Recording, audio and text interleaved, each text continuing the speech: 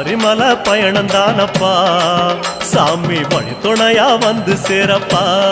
சாமி சபரிமலை பயணம் தானப்பா சாமி வழி துணையா வந்து சேரப்பா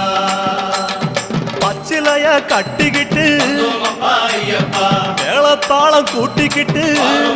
ஐயப்பா சிந்தகத்தம் ஆடிக்கிட்டு ஐயப்பா சாஸ்தா உன வணங்கி புட்டு ஐயப்பா காந்தமல ஜோதியானவா எங்க காவலாக வந்து சேரப்பா ஐயப்பா காந்தமல ஜோதியானவா எங்க காவலாக வந்து சேரப்பா சன்னதியில் கட்டுங்கட்டி ஐயப்பா சபரிமலை காடு தேடி ஐயப்பா